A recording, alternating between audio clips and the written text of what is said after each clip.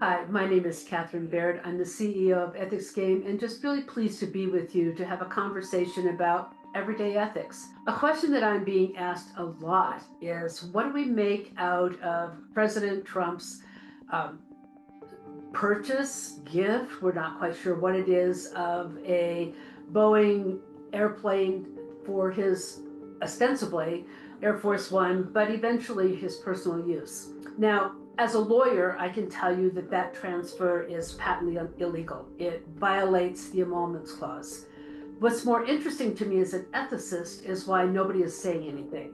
Why is it that the leadership in Congress has not risen up and said, excuse me, you have exceeded your authority, this has to stop? Why have the people who are the corporate folks not gone and said, excuse me, you are not doing what's appropriate? You cannot have that kind of a gift for your personal use as President of the United States. And I think the deeper answer, which is why it's a fascinating ethics study, is it's a huge mirror back to the United States of our core culture, which is me first, everybody else second. In our very founding, we had people who came to communally owned land and declared that it could be then private property.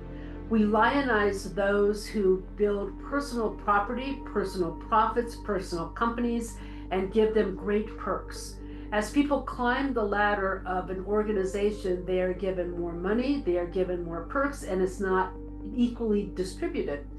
And so because of that, we have through our entire culture, whether it be organizations, for-profit, non-profit, government organizations, this notion that if I'm at the top, I can do whatever I want with my money.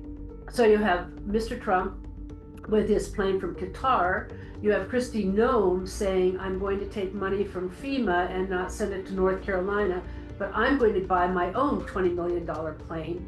And you begin to see throughout the entire organizations. So the question for us becomes, where are we going to shift as a nation from a me first nation to a we first nation? Where are we going to start looking at the common good, at all people? And as we move into AI, that's going to be even more important because as jobs get eliminated because of the technology, we're going to have to figure out how do we care for each other in a way that makes sense, and how do we shift our understanding away from this notion that people at the top get all the glory, all the money, all the perks, instead of people all the way down. It'll be an interesting journey. It's going to take many years, but it is doable, and it's the only hope for America. Thank you.